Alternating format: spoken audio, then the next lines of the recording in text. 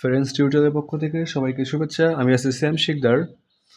তো এসএসসি, তোমরা যারা এসএসসিতে পড়ো বা এসএসসি পরীক্ষা দিবে বা এখনও 9-এ বা নিউ 10-এ পড়ো বা মূলত এসএসসি পরীক্ষা দিবে, তো তোমাদের মতন ছোট্ট ভাই বোনদের কথা চিন্তা করে আমি তোমাদের জন্য নিয়ে এসেছি খুব একটি ইফেক্টিভ ক্লাস। চলো ক্লাসটা শুরু করা যায়। আজকে আমরা শিখবো ট্যাগ করছেন। মাত্র একটি ক্লাসে মাত্র তিনটাই দেখো, আমি মাত্র তিনটা মোস্ট ইম্পর্টেন্ট এবং আমার বানানো মাত্র তিনটা ট্যাগ করছেন রুলস দিয়ে ইনশাল্লাহ তোমরা পুরো ট্যাগ করছেনের বস হয়ে যাবে। হ্যাঁ, তোমরা এখন দেখতেছো ভাই আপনি তো অনেক কিছু লিখেছেন। হ্যাঁ, এটা পরে বলতেছি কেন লিখেছি। আমরা কিন্তু ট্যাগ করছেন কিন্তু খুব একটা সহজ জিনিস, কিন্তু আমাদের যে 19-এর গ্রামার বইগুলো রয়েছে এটাতে এত এত পরিমাণ রুলস এবং একই জিনিস বারবার ঘোরায় পেঁচায় লিখছে, যেগুলো আমাদের যে ছোট্ট ভাই বোনেরা রয়েছে এরা এই রুলসগুলো ঠিক মতন মানে মুখস্থ করে আয়ত্ত করে উঠতে পারে না। মুখস্থ করে আবার দু একদিন পরে পুরো ট্যাগ কোশ্চেনটা গুলায় ফেলায়। কিন্তু ট্যাগ কোশ্চেন কিন্তু আমার অত কঠিন বিষয় না, খুবই সহজ বিষয়। আবার কঠিন লাগলো কঠিন, সহজ লাগলো সহজ। তো চলো, মাত্র তিনটা রুলস এবং ট্যাগ কোশ্চেনের কিছু বেসিক বিষয় জানলে তোমরা ইনশাল্লাহ এই ক্লাসটি শেষে ইনশাল্লাহ ট্যাগ কোশ্চেনের বস হয়ে যাবা। তো চলো আর কথা না বাড়িয়ে শুরু করা যাক। তো তো ট্যাগ করছেন আমি বাংলা ভাষায় ট্যাগ করছেন লিখেছি। দেখো ট্যাগ করছেন মূলত কি? ট্যাগ করছেন মূলত প্রশ্নের নির্দিষ্ট অংশকে চিহ্নিত করে ওই অংশকে পরিবর্তন করা। ট্যাগ করছেন কি? ট্যাগ। আমরা ফেসবুকে কিন্তু বিভিন্ন মানুষকে ট্যাগ করে থাকি, মানে কি আমরা পোস্ট দেওয়ার সময় অনেককে চিহ্নিত, ট্যাগ মানে কি নির্দিষ্ট কাউকে চিহ্নিত করি, মানে চিহ্নিত করে দিই। তো ওটা কি ট্যাগ না? তেমন ট্যাগ করছেন করার ক্ষেত্রে একটা প্রশ্ন পড়ে ওই প্রশ্ন নির্দিষ্ট একটা অংশ ট্যাগ বা চিহ্নিত করে ওইটুকু চেঞ্জ করলেই হয়ে যাচ্ছে। তো ট্যাগ করছেন কি? মূলত প্রশ্নের নির্দিষ্ট অংশকে চিহ্নিত করে ওই অংশকে পরিবর্তন করা। কিছু গুরুত্বপূর্ণ জিনিস চলো জেনে নেওয়া যাক। তার আগে বলি যে ট্যাগ কোশ্চেনের যদি লেটাস থাকে বা লেটাস এভাবে থাকতে পারে, লেটস আস থাকতে পারে। লেটাস থাকলে কি হবে? শ্যালই। বাট লেট আস বাদে let me, let we, let him, let they, লেটের সাথে যাই থাকুক কি হবে? Will you. আর নিড থাকলে হবে নিডেন্ট। কিন্তু যদি নিড থাকলে নিডেন্টও হবে, আবার নিড থাকলে ডাজন্ট বা ডোন্টও হবে। আমি ডোন্ট এখানে লিখিনি, ডোন্টও হবে। কেমনে? যে নিড থাকলে ডিডন্টও হবে, আবার ডিডন্টও হবে, আবার ডাজন্ট হবে, ডোন্টও হবে। ডাজন্ট কখন হবে? যখন একটি সেন্টেন্সে নিডও থাকবে আবার ভার্বও থাকবে, তখন হচ্ছিল মূলত নিড হচ্ছিল কী হিসেবে ধরবো আমরা? মডেল ভার্ব হিসেবে। যখন একটা সেন্টেন্সে নিডও থাকবে আবার ভার্বও থাকবে, তখন ওই নিডটা কী হিসেবে ধরবো আমরা? মডেল ভার্ব হিসেবে বা অক্সিলারি ভার্ব হিসেবে। কিন্তু যখন একটা সেন্টেন্সে শুধু নিড থাকবে, I need water, I need go to market, I need a book, I need a mobile for capture a good scenery, এরকম বিভিন্ন মানে সেন্টেন্সে যখন নিড থাকবে সাবজেক্ট মানে ভার্ব হিসেবে, তখন হবে ডাজন্ট বা ডন্ট। সিঙ্গুলার হলে ডাজন্ট আর প্লুরাল হলে কি? ডন্ট। কিন্তু যখন একটা সেন্টেন্সে দুটো থাকবে নিড, তখন ওই প্রথম নিডটা মানে নিড দুটো থাকবে না, নিডও থাকবে আবার কি থাকবে? ভার্বও থাকবে, তখন ওই নিডটা কী হিসেবে থাকবে? মডেল ভার্ব হিসেবে। এত কিছু না বলছো আমরা গুরুত্বপূর্ণ জিনিস। তোমরা যদি এই পর্যন্ত বুঝতে থাকো অবশ্যই কমেন্ট করে জানাবে। হ্যাঁ ভাই বুঝতেছি ক্লাসটা। তো চলো গুরুত্বপূর্ণ কিছু জিনিস জেনে নেওয়া যাক। এগুলো কিন্তু আমি এই যে এত কিছু লিখছি না ভাই, বলতে ভাই আপনি তো মাত্র তিনটা রুলসের কথা বললেন, কিন্তু তো তোমরা ভাবতে পারো যে ভাই আপনি তো বললেন মাত্র তিনটা রুলসের কথা, কিন্তু এত কিছু লেখো না ভাই। এগুলো কিন্তু রুলস না, রুলস কিন্তু আছে, হ্যাঁ আছে, দেখাবো। তো এগুলো হচ্ছে কি ট্র্যাক করছে না বেসিক, এগুলো কিন্তু মুখস্থ করা লাগবে না। আমি বলতেছি দেখবো তোমাদের মাথায় ঢুকে যাচ্ছে। আর নোট করানো প্যারা নিও না ভাইয়া, ডিসক্রিপশন বক্সে আমি লিঙ্ক দিয়ে দিব টেলিগ্রামে যুক্ত হয়ে, হ্যাঁ টেলিগ্রামে অবশ্যই যুক্ত হয়ে ওই জায়গায় দেখবে প্রতিনিয়ত বিভিন্ন নিউজ, বিভিন্ন গুরুত্বপূর্ণ সাজেশন, বিভিন্ন এই হ্যান্ড নোট, আর এই নোট স্পেশাল হ্যান্ড নোট তোমরা টেলিগ্রাম চ্যানেলে তোমরা পেয়ে যাবে। তাছাড়াও তোমরা টেলিগ্রাম চ্যানেলে যুক্ত হলে তোমরা তোমাদের এসএসসি সহ তোমাদের বড় ভাই এইচএসসিদের বিভিন্ন গুরুত্বপূর্ণ দিক নির্দেশনা, তারপরে হচ্ছিল বিভিন্ন প্রত্যেকটা অধ্যায়ের মোস্ট ইম্পর্টেন্ট প্রশ্ন সবগুলো পেয়ে যাবে ইনশাল্লাহ টেলিগ্রামে যুক্ত হয়ে। তো এসএসসি ছোটো ভাইয়া তোমরা টেলিগ্রাম যুক্ত হয়ে যাবো। চলো ক্লাসটি আবার এগোনো যাক। যে পার্সন পরিবর্তন কি? যদি পুরুষবাচক বোঝাইলে হি হবে, মহিলাবাচক বোঝাইলে কী হবে? সি হবে, বস্তু বোঝাইলে বা নাথিং বা এনিথিং থাকলে কি হবে? ইট হবে। যে আমরা সাবজেক্টে থাকবে না, পুরুষ বোঝাইলে হি, মহিলা বোঝাইলে সি, আর মহিলা বা স্ত্রীবাচক বোঝাইলে সি, আর পুরুষ মানে বস্তু বা হলো নাথিং বা এনিথিং বোঝাইলে থাকলে ইট হবে।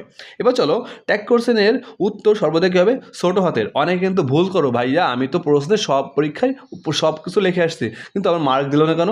হ্যাঁ ভাইয়া, তুমি ট্যাগ কোশ্চেনের উত্তর বড় হাতের দিয়ে লিখে আসছো, এই জন্য তুমি মার্ক পাওনি। হ্যাঁ, কিন্তু কী করতে হবে ভাইয়া? এটি সতর্ক থাকতে হবে, খুব সতর্ক থাকতে হবে, কেয়ারফুল, যে আমরা ট্যাগ কোশ্চেন করার সময় উত্তর সর্বদা কী হাতে দেবো?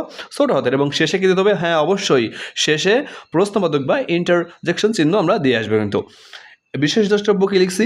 আল্লাহ থাকলে। হ্যাঁ, আল্লাহ থাকলে কিন্তু বড় ভাইয়া, আপনি তোমরা বলতে গেছো মাত্র, কিন্তু ভাইয়া আপনি বললেন সর্বদা সরতার না ভাইয়া, এইটাই তো, যে আল্লাহ থাকলে কি হবে? শুধুমাত্র আল্লাহ থাকলে শুধু বড় হাতের হি হবে, বড় হাতের এইচ দিয়ে হি হবে, বুঝছো? তো ট্যাগ কোশ্চেনের যদি যখন অনেক সময় দেখো ট্যাগ কোশ্চেন দুইটা সেন্টেন্স, ভাইয়া এখন প্রথম সেন্টেন্সও ভার্ব আছে বা মডেল ভার্ব আছে বা অবজেক্ট ভার্ব আছে, দ্বিতীয় সেন্টেন্সও সেম আছে, আমি কোনটা নিয়ে এখন করবো? হ্যাঁ, ট্যাগ কোশ্চেনে যদি দুইটা সেন্টেন্স থাকে তাহলে দ্বিতীয়টির সাহায্যে ট্যাগ কোশ্চেন করবা, বুঝছো? এখন ট্যাগ কোশ্চেনে যদি সেন্টেন্স তো গেল, এখন ট্যাগ কোশ্চেনে দেখলে ভাইয়া ট্যাগ কোশ্চেনে দুইটা মডেল ভার্ব, এখন কোনটা নিব? হ্যাঁ ভাইয়া, ট্যাগ কোশ্চেন যদি দেখো দুইটা মডেল ভার্ব, তখন অবশ্যই প্রথমটা সাহায্যে উত্তর করতে হবে। এবং কিছু শব্দ আছে যেগুলো, হ্যাঁ, আমরা আরেকটা জিনিস ট্যাগ কোশ্চেনে আমরা কি করব? হ্যাবোধক থাকলে নাবোধক উত্তর দেব, আর নাবোধক সেন্টেন্স থাকলে হ্যাবোধক উত্তর দেবো। কিন্তু যখন ধরো তুমি যদি দেখো কোনো সেন্টেন্সে যদি দেখো যে seldom, hardly, scarcely, few, little, এগুলো যদি থাকে, শুধু ফিউ কিন্তু এ ফিউ বা এ লিটিল না, বুঝছো? কিন্তু মেনিও না, শুধু ফিউ, শুধু লিটিল, এ ফিউ বা এ লিটিল না, ভালো করে দেখবা। স্কার্সলি, হার্ডলি, সেলডম যদি কোনো সেন্টেন্স থাকে, যদি সেন্টেন্স হ্যাবোধক, যতই যা হোক, যদি হ্যাবোধক বোঝাবে, এটা দেখলে মনে হবে হ্যাবোধক, বাট এই শব্দগুলো যদি থাকে অর্থ কিন্তু হবে নাবাদক। অতএব এই জায়গায় কিন্তু সেন্টেন্সটা নাবাদক হয়ে যাচ্ছে, উত্তর কী হবে? হ্যাবাদক। বন্ধুগণ থাকলো তোমাদের প্র্যাকটিস করার সময় দেখাবানি। চলো তো সেলডম, হার্ডলি, স্কার্সলি, ফিউ থাকলে, লিটল থাকলে কী হবে?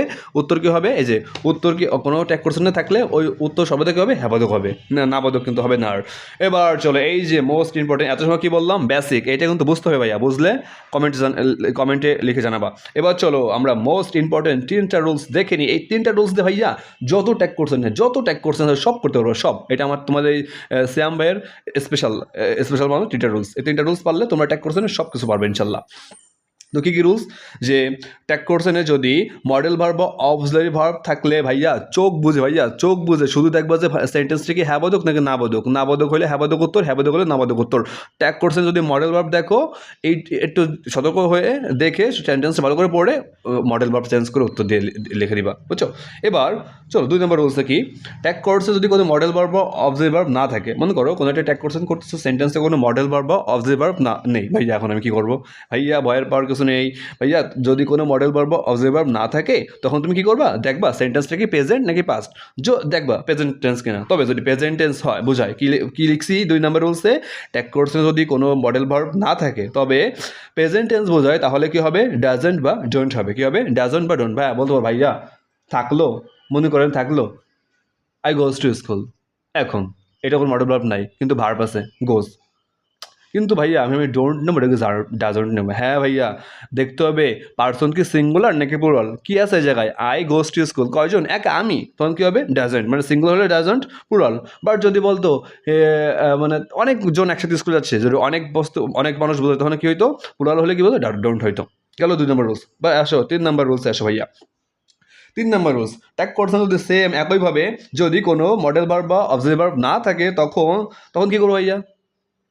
এই দেখো, যদি কোনো মডেল ভার্ব বা অবজেক্ট ভার্ব না থাকে তখন যদি তবে পাস্ট টেন্স বোঝায়, তাহলে কি হবে? ডিডন্ট, কোনো কিছু না ভাই, ডিডন্ট। এখানে কোনো ডাজন্ট, ডোন্ট, ওই জায়গায় 2 নম্বর রুলস যেমন ডোন্ট ডাজন্ট ছিল, কনফিউশন ছিল কোনটা নিব, তাও তো দূর করে দিলাম সিঙ্গুলার প্লুরাল দিয়ে। কিন্তু 3 নাম্বার রুলস যদি দেখো যে সেন্টেন্সটি পাস্ট টেন্স আর কোনো মডেল ভার্ব নাই, মডেল ভার্ব থাকলে তো চোখ বুঝে মডেল ভার্ব চেঞ্জ করে দিবা। যদি দেখো যে পাস্ট টেন্স, তখন কী হবে? ডিডন্ট হবে, ডিডন্ট। ভাইয়া আবার বলতেছে ট্যাগ কোশ্চেন কিন্তু খেয়াল রাখতে হবে, ট্যাগ কোশ্চেন সেন্টেন্সটা কি হ্যাবোধক নাকি নাবোধক। হ্যাবোধক হইলে ট্যাগ কোশ্চেন নাবোধক হবে, নাবোধক হলে ট্যাগ কোশ্চেন হ্যাবোধক হবে। মনে রাখতে হবে কিন্তু ভাইয়া, বারবার বলছে। তাহলে 3টা রুল শেষ। চলো এবার ভাইয়া প্রমাণ দিয়ে দিই যে 3টা রুলস দিয়ে শ্যাম ভাইয়ের এই স্পেশাল 3টা রুলস দিয়ে ট্যাগ কোশ্চেনের সব কিছুই তছনছ করে ফেলে দেবা তোমরা, পানি হয়ে যাবে ইনশাল্লাহ এই ক্লাসটি সুন্দর করে করতে বললে। চলো তাহলে আমরা প্র্যাকটিস করে নিই কিছু উদাহরণ। যেমন রায়হান গোজ টু স্কুল, কি রায়হান গোজ টু স্কুল, ভাইয়া এখানে এবার 3টা রুলস খেয়াল করো তো ভাইয়া। আমরা 1 নম্বর রুলসে কী বলছিলাম? মডেল ভার্ব আছে কিনা। ভাইয়া কোনো মডেল ভার্ব আছে? না ভাইয়া মডেল ভার্ব নাই। 2 নম্বর রুলস কি বলছিলাম, দেখতে হবে মডেল ভার্ব না থাকলে কি দেখতে হবে, সেন্টেন্সটা কি প্রেজেন্ট টেন্স নাকি পাস্ট টেন্স। ভাইয়া কি টেন্স, প্রেজেন্ট টেন্স। ভাইয়া প্রেজেন্ট টেন্স কেমনে বুঝছি, গোজ দেখে বুঝছি প্রেজেন্ট টেন্স। এবার ভাইয়া ডাজন্ট হবে, আমরা বলছিলাম যে প্রেজেন্ট টেন্স হলে ডাজন্ট হবে নাকি ডোন্ট হবে। কি হয় ভাইয়া, আমরা দেখবো কি পার্সন, দেখবো পার্সন কি সিঙ্গুলার নাকি প্লুরাল। রাইহান কয়জন, একজন, তাহলে কি হবে ভাইয়া, ডাজন্ট হবে। এই যে ডাজন্ট। আর পার্সন কি আছে, পার্সন প্রথম কি হবে ভাইয়া, কি হবে, হি। পার্সন প্রথম বলে আসলাম, প্রথম আমরা ট্যাগ করছি নির্দিষ্ট অংশ চিহ্নিত করে ওটা চেঞ্জ করবো, এবার পার্সন চেঞ্জ করে দিব। বুঝতে ভাইয়া, দুইটা কাজ। একটা হলো কি, 3টা রুলস ফলো করবা, এরপরে 3টা রুলস ফলো করে কী করবা, নির্দিষ্ট অংশ ট্যাগ করবা, মানে কি চিহ্নিত করবা। 3টা রুলস ফলো করে নির্দিষ্ট অংশ চিহ্নিত করবা, চিহ্নিত করার পরে ওইটা চেঞ্জ করে দিবা, চেঞ্জ করার পরে পার্সন চেঞ্জ করে দিবা। এরপরে আসো, শাম্মি অ্যান্ড রাইমি কুকস রাইস। এই দেখো, এটা কোনো মডেল ভার্ব আছে, নেই। 2 নম্বর রুলস অনুযায়ী এটা প্রেজেন্ট টেন্স, কারণ কি কুকস আছে। এই দেখো, যা গস ছিল, যা কি কুকস আছে, যেহেতু কুকস আছে, এই দেখো যেহেতু কুকস আছে, এরপরে এখানে কী হবে, তাহলে প্রেজেন্ট টেন্স। এবার দেখতে হবে ডাজন্ট নাকি ডন্ট। এই জায়গায় যেহেতু সাম্য আর রাইমি বলছে, তাহলে কয়জন, 2জন, তাহলে কী হবে ডন্ট। আর এই সেন্টেন্সটা কি, সেন্টেন্সটা অবশ্যই হ্যাঁ বোধক, তাহলে কী হবে ডন্ট। ডোন্ট ভাইয়া, এখন এই জায়গায় হি দেবো নাকি সি দেবো, কোনটা ভাইয়া, 2জন আছে, তাহলে কী হবে 2জন, মানে কি তারা, তারা বলছে কি দে হবে, দে দিয়ে প্রশ্নবোধক চিহ্ন। এবার এই দেখো, এরপরে কী হবে, এরপরে কি বলছি, Rafsan left home last month, মানে কি রাফসান লাস্ট মান্থের বাড়ি থেকে বের হয়ে গেছে। তাহলে এখানে কি বলেছে ভাইয়া, 1 নম্বর বলছে মডেল ভার্ব কি আছে, নেই ভাইয়া। তাহলে কি আছে দেখবো আমরা, প্রেজেন্ট নাকি পাস্ট। ভাই এটা কি প্রেজেন্ট টেন্স বোঝাচ্ছে না, কি দেখে বুঝবো, কি দেখে বুঝবো আমরা, ভার্ব দেখে বুঝবো আমরা কি প্রেজেন্ট টেন্স নাকি পাস্ট টেন্স। তাহলে এখানে ভাই কি টেন্স, কি ভার্ব আছে ভাই, এখানে তো V2 আছে, V2 থাকলে কি হয় ভাই, পাস্ট টেন্স, পাস্ট টেন্স থাকলে কি হবে, ডিডন্ট হবে। তাহলে আমরা ডিডন্ট বসাই দেবো একবারেই, রিটার্ন দিলাম। এবার পার্সন কি আছে, রাফসান, রাফসান থাকলে কি হবে ভাইয়া, পুরুষবাচক হি হবে। এবার কি প্রশ্নবোধক চিহ্ন। এবার ভাইয়া দেখো, ফাইজা have finished the work, Faiza have finished the work. ভাইয়া 1 নম্বর রুলসে কি বলছিলাম, যদি কোনো মডেল ভার্ব থাকে বা অবজারি ভার্ব থাকে, হ্যাভ কি ভাইয়া অবজারি ভার্ব, তাহলে কি হবে, কিচ্ছু দেখবো না, চোখ বুঝে হ্যাভেন্ট কি ফাইজা, ফাইজা হলে কি হবে সি, লিখে দিব। এবার ভাই আমি প্রথমে বলছিলাম যে লেটাস বা লেটস থাকলে কি হবে, শ্যাল উই, বা লেটসের সাথে ও নিউজ থাকলে কি হয়তো উইল ইউ। বাট এটা কি আছে ভাইয়া, লেটস আছে, তাহলে কি হবে শ্যাল উই। ভাই এটা কিন্তু খুব গুরুত্বপূর্ণ, এটা কিন্তু প্রায় বছরে আসে যে লেটস থাকলে কি হবে, বা লেটস হিম বা লেটস ইউ, প্রথমে ক্লাসে প্রথমে পড়ছিলাম শ্যাল উই হবে। চলো আরও কিছু প্র্যাকটিস করা যাক। যে এই দেখো, যে শি এই দেখো শি হ্যাজ, আমি তো জানি পড়ে ফেলছি, বাট তোমরা এখানে কনফিউশন হয়ে যাবে যে এই জায়গায় শি ইয়া দিয়ে অ্যাপোস্ট্রফি দিয়ে এই জায়গায় এস দেওয়া, done well in the exam, সুন্দর করে এক্সাম পার করেছে, এখন এই জায়গায় শি এই জায়গায় দেওয়া, এই জায়গা কোন রুলসটা এই জায়গায় প্রয়োগ করবো ভাইয়া, 3টার। ভাইয়া আমাদের প্রথম কী খুঁজতে হবে, মডেল ভার্ব আছে কিনা। মডেল ভার্ব যদি না থাকে সেই ক্ষেত্রে আমরা অন্য 2টা রুলসে যাবো, আমাদের মডেল ভার্ব খুঁজতে হবে।